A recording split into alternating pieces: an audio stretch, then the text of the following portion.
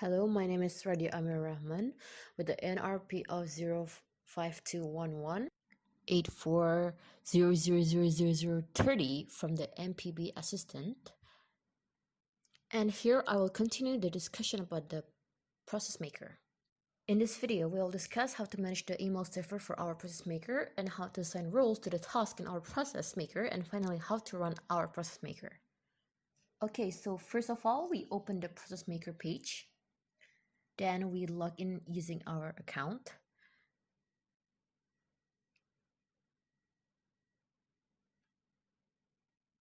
Here you can see me log in. And when sign in, we select the admin section. Because it's loading, we wait first. Open the settings section. Then select the email server. On the email server section, there are many options. You just fill in according to this. For the email engine section, we use SMTP or PHP mailer. For the server section, we use smtp.office365.com. For the port section, we fill 587. For the section from the account, we use our ITS email. And the password also matches our ITS email. And for the sender section, the email is similar to your email, the ITS email. And for the section sender name, you use your name. For the use secure connection section, you select TLS. And the mail too is filled with your personal email for testing the email server. When a green check appears, it means the server is running well. It means, like I said, if the green check appears, it's running well, then hit Save Changes.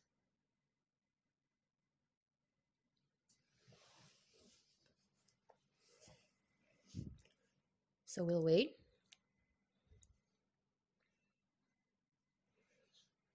When finished setting up the email server,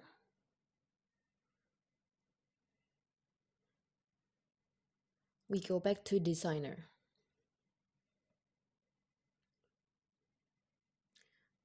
Here we can see the process that we made before, invoice approval process.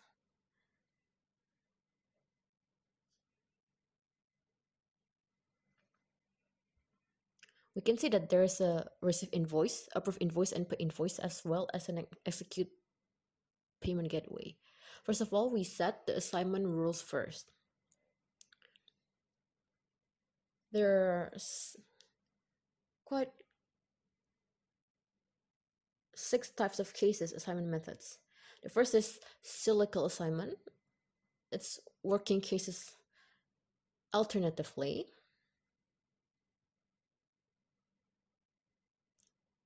For example, there's someone that does the case, and if there's another case, a B person will does the case.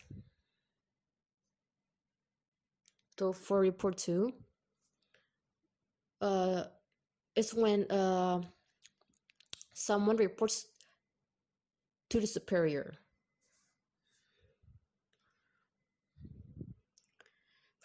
And the next one is manual assignment. So it directly determines who is responsible for the next task.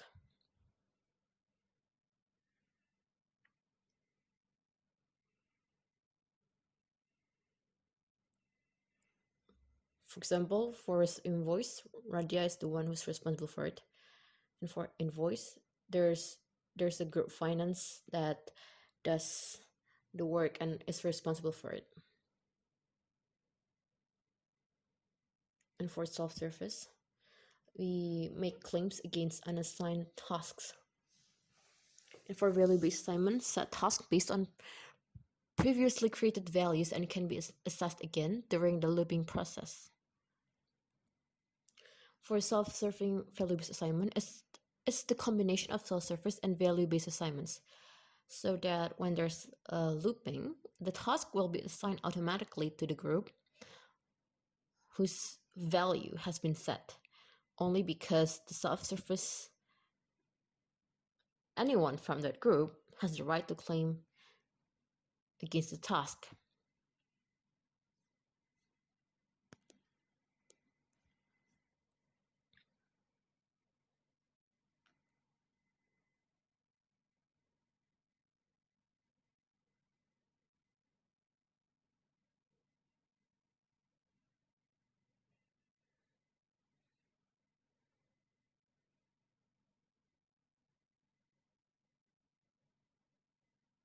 To receive invoices, we use value-based assignment. The value is at requester. Then the user used here is admin. After that, we can move to the steps section. Oh, don't forget to save it first. The trigger used in this section is the report form from the Dino form that we created earlier before.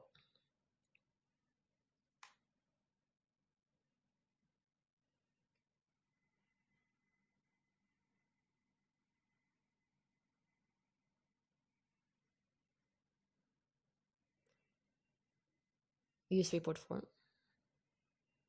Put in the report form.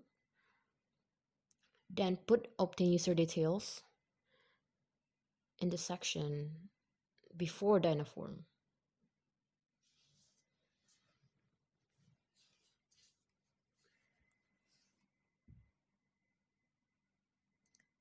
Then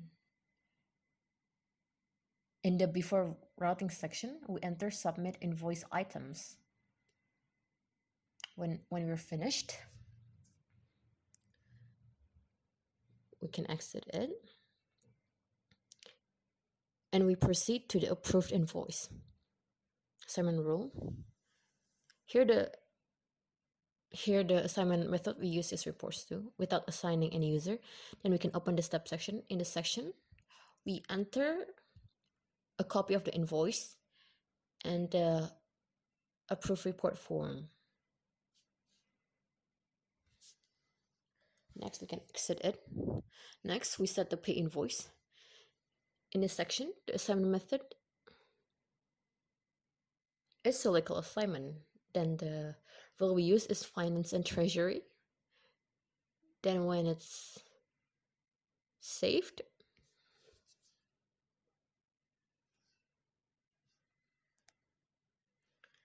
and go to the steps which we use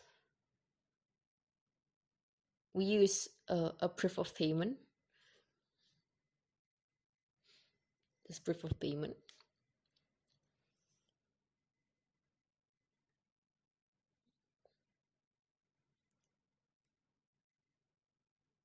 And then execute payment at the gateway. We select the icon that says at, then we look for invoice approves. We delete the true. Then we write at invoice approves equals to 1 on the P invoice. Then at invoice approves equals to 0 on receive invoice. Then click save.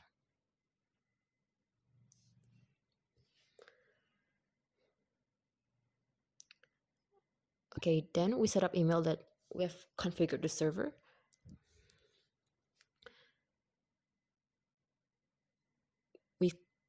We click properties on receive invoice, then select notifications, then check after routing notify the next assigned user.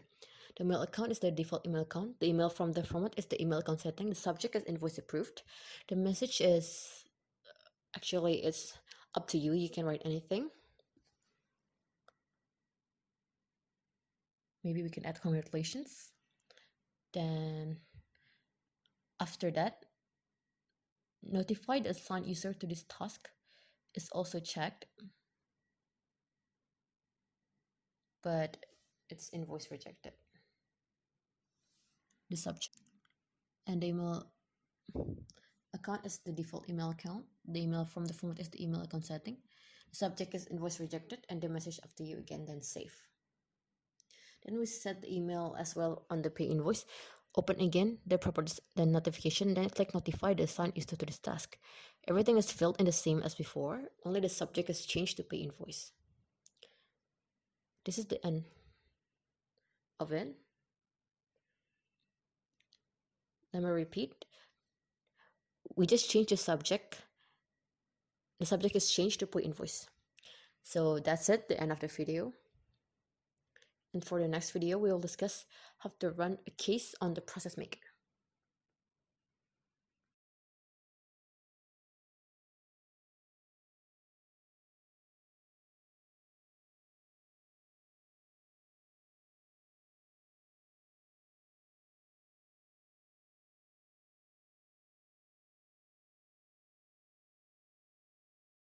You have to use SSH or secure shell, because if we access it directly from PHP my admin like this, it wouldn't work because of security reason. We can see here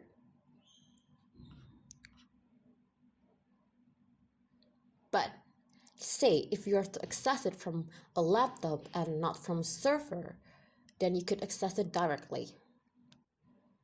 We can see here.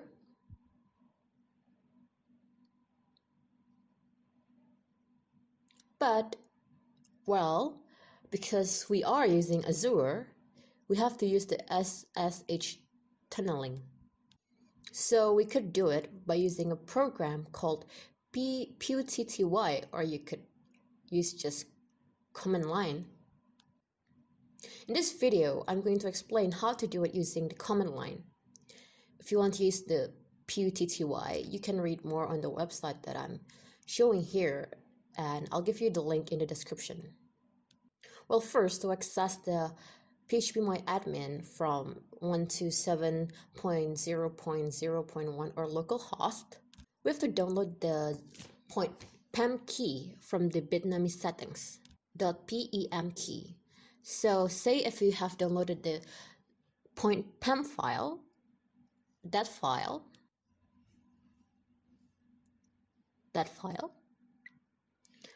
and that file is put to the C folder, but make sure that your downloads is a .pem file. After that, we cut the file, then we go to C folder, then go to the users folder, and then to the folder with the name of your user. And then we paste the file there. After that, open the command line.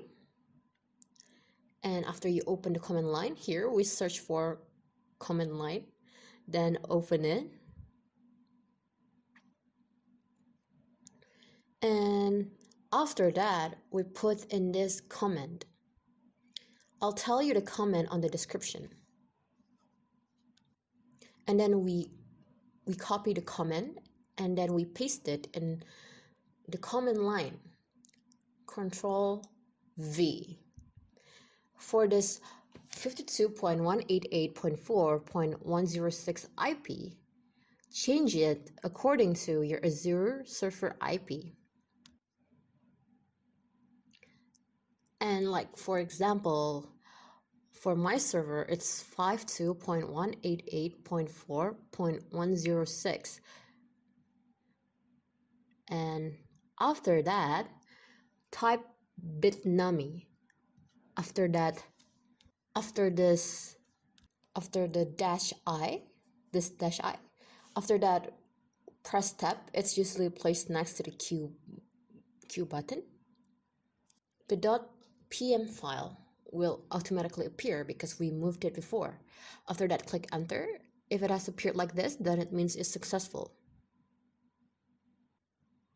After that, open from localhost. Here, let's see. I set the port to 8888, but you can set this port to any number, 1234777 etc. But for me, I set it to 8888.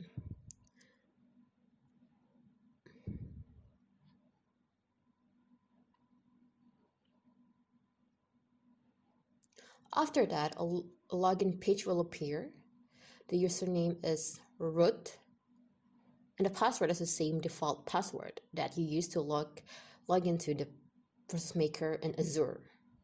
If you filled it, click Go. The PHP My Admin will show.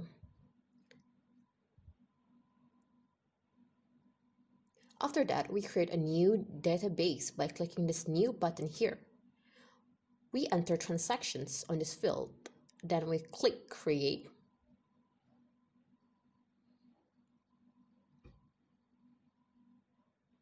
Now that we've made the database, let's now create a table. Let's check the module. The table name here will be reported underscore invoice underscore item.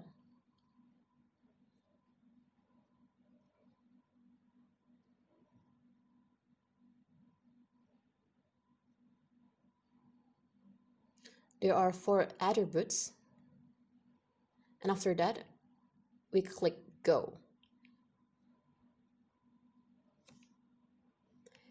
And then we fill the attributes. First, there's ID. The length is 11. After that, there's quantity. Its length is also 11.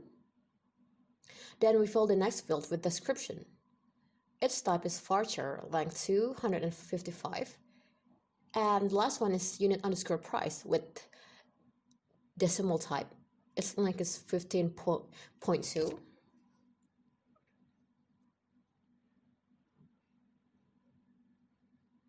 After that, check the auto increment box for the attribute ID. We check the I point box here. And then if it's all done, click Save.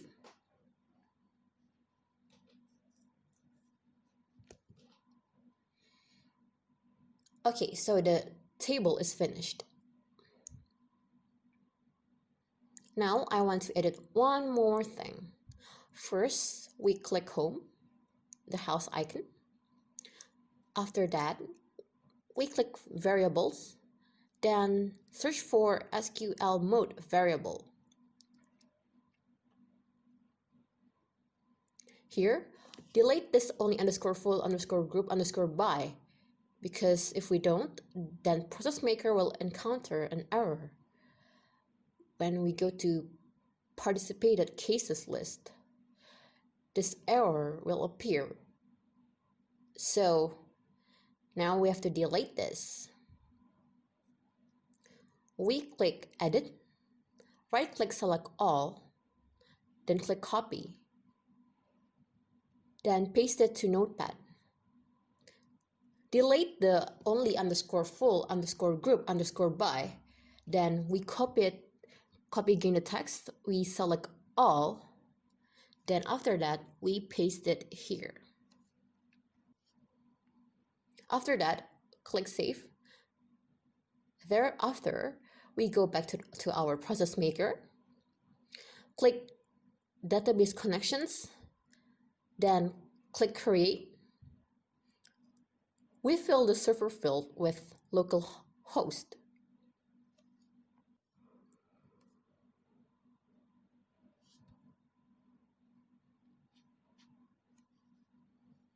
For database is transaction, the username is root, and the password is the same password you use to log into PHP My Admin.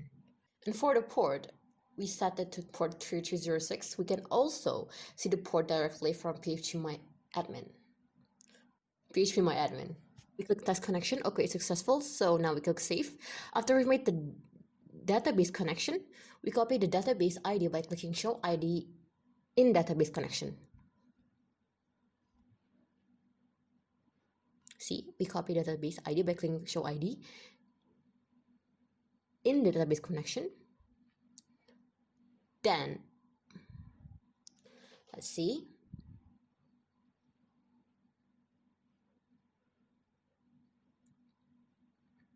We create the trigger. For the title, it's Submit Invoice Items.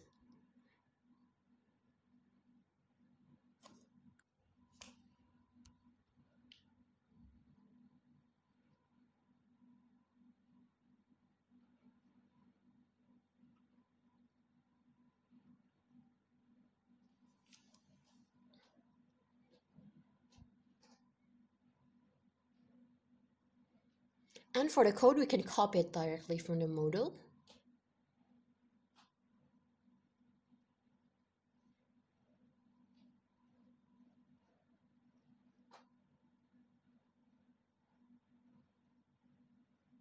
After we finish copying, click Save.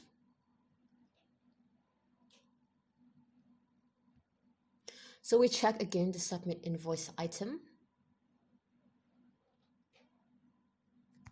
I almost forgot, we have to change the connection first. We change it with the one in the database connections.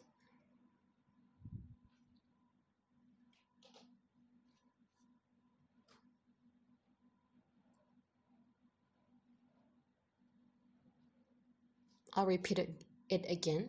We change it with the one in the database connection.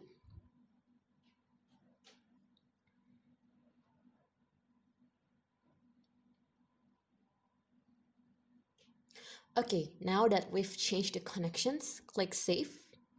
And this all should work. We just have to configure when the trigger will start. Let me repeat, this all should work. And so we just have to configure when the trigger will start. Thank you.